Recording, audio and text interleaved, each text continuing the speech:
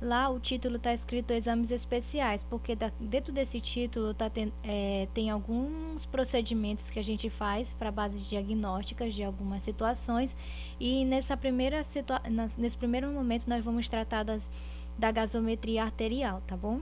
Então vamos lá.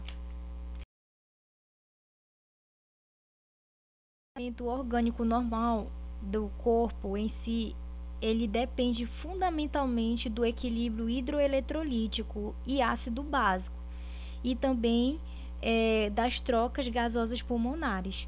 Tem vários fatores que pode afetar a homeostasia, como por exemplo o estresse, algumas infecções graves, alguns distúrbios endócrinos e metabólicos, tá?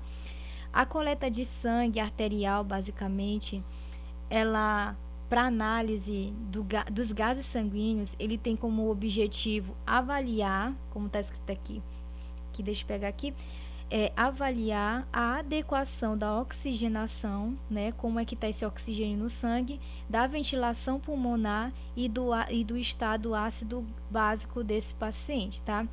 Tanto de paciente crítico, né, como no período perioperatório e pós-operatório.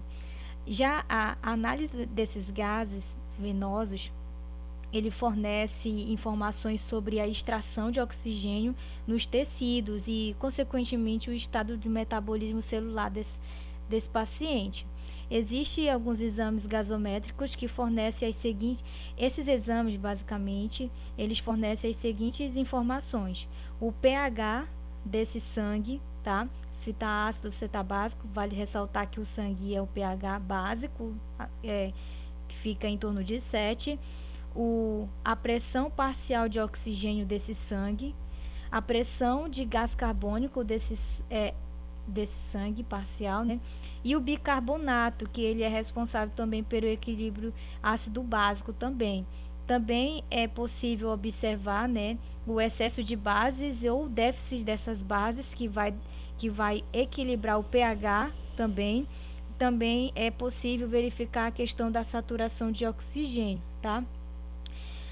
Basicamente, quase que 97% do oxigênio liberado do sangue, eles estão ligados e carregados pela hemoglobina, tá? É importante ressaltar que a pressão de oxigênio, ele se refere ao oxigênio que está dissolvido no plasma sanguíneo, tá? Na parte líquida. Já a saturação de oxigênio, ele está medindo aquele oxigênio que está ligado na hemoglobina, tá? Ou seja, nas hemácias. Então, vamos continuar. Pessoal, antes de sabermos como é que funciona exatamente o procedimento da gasometria arterial, é importante saber o que é equilíbrio ácido básico, que nós precisamos ter o conhecimento técnico-científico para saber por que nós estamos fazendo aquele procedimento, ok? Basicamente, o equilíbrio ácido básico, ele é um delicado equilíbrio químico entre os ácidos e as bases existentes no nosso organismo, que gera basicamente a manutenção da quantidade ideal desse H+, porque o H+, a concentração desse H+, que vai definir o pH, se vai ser ácido ou se vai ser básico. Quanto mais H+, menor meu pH. Quanto menor a quantidade de H+, maior é meu pH, ok? Então, pessoal, basicamente, o equilíbrio ácido básico é delicado, né? É um equilíbrio químico e ele é muito importante nos líquidos tanto intracelulares e extracelulares. Mas quem são esses ácidos do organismo e quem são essas bases do nosso organismo? Basicamente, os ácidos são substâncias que cedem, né, a solução do H+, e basicamente porque o metabolismo celular produz o ácido que são liberados continuamente na corrente sanguínea e precisam ser neutralizados. O ácido carbônico, que nós também temos aqui, que é o principal ácido do organismo, ele se transforma facilmente em dióxido de carbono e água, essa fórmula aqui, viu? E basicamente o carbono da dissociação desse ácido carbônico, ele vai ser eliminado pelos pulmões. Já a água dessa dissociação, ele vai ser eliminado na urina. Nós temos também outros demais ácidos que são fixos, ou seja, aqueles que permanecem em estado líquido, como os ácidos alimentares, os ácidos láticos e os cetoácidos, tá? Mas quem são as bases, né? Quem são os tampões do organismo em si? Nós temos basicamente algumas substâncias que captam esse H+ na solução, né, do nosso corpo, e digamos assim, o HCO3, o bicarbonato, ele é a principal base ou tampão do organismo. Ele é produzido a partir do metabolismo das células, pela combinação do gás carbônico e da água, tá? As demais bases, eles são os fosfatos, basicamente, e numerosas proteínas e hemoglobinas. À medida que o mais ácido ingressa na corrente sanguínea, mais bicarbonato e menos gás carbônico são produzidos, tá? Portanto, dizemos que são soluções tampão, aquelas que atenuam a variação de pH quando expostas a um desequilíbrio em a sua concentração do pH ou do H+, tá?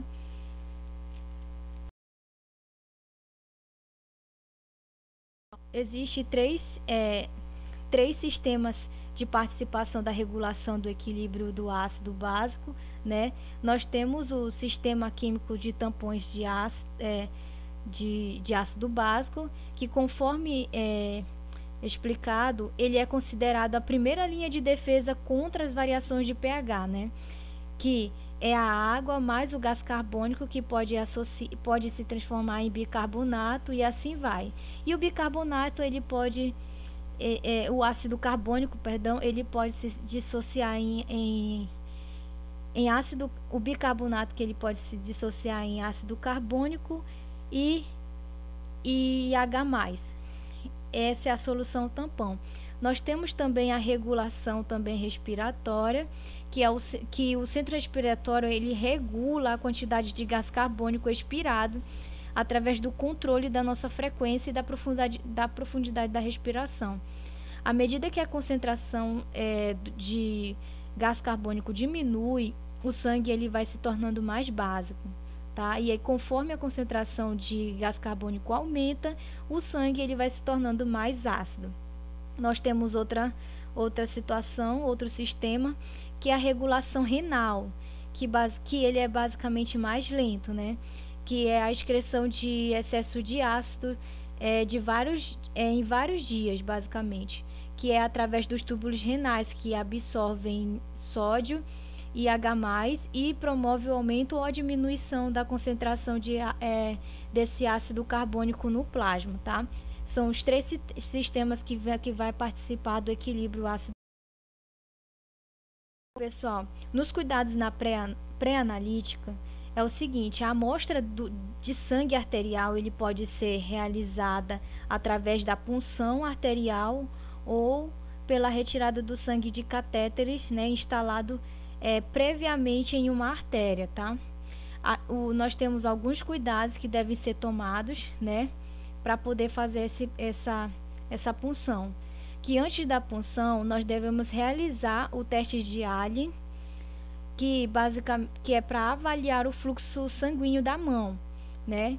O que é? A gente vai avaliar a artéria ulnar e radial, como vocês veem essa imagem aqui, que tem o objetivo de averiguar qual das mãos teria maior risco de sofrer isquemia quando as artérias que se irrigam forem cateterizadas, viu? Então, vamos lá. Bom, pessoal, é importante vocês verem alguns vídeos como é o procedimento do teste de Allen, tá? Porque nós vamos prosseguir pela situação aqui que deve acontecer.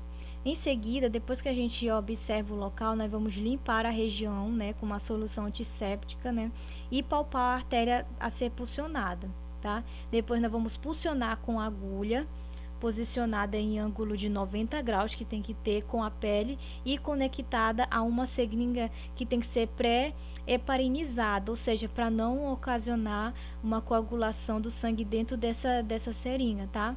E após a retirada da agulha, fazer uma pressão rigorosa por no mínimo 2 minutos dos 2 dedos antes da punção, respeitando o sentido da artéria e seu fluxo.